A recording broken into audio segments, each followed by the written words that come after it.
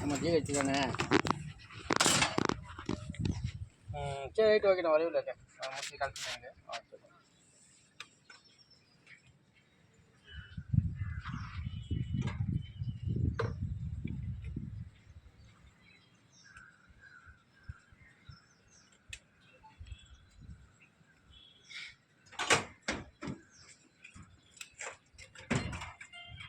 நாளைக்கு சரியா வேலை?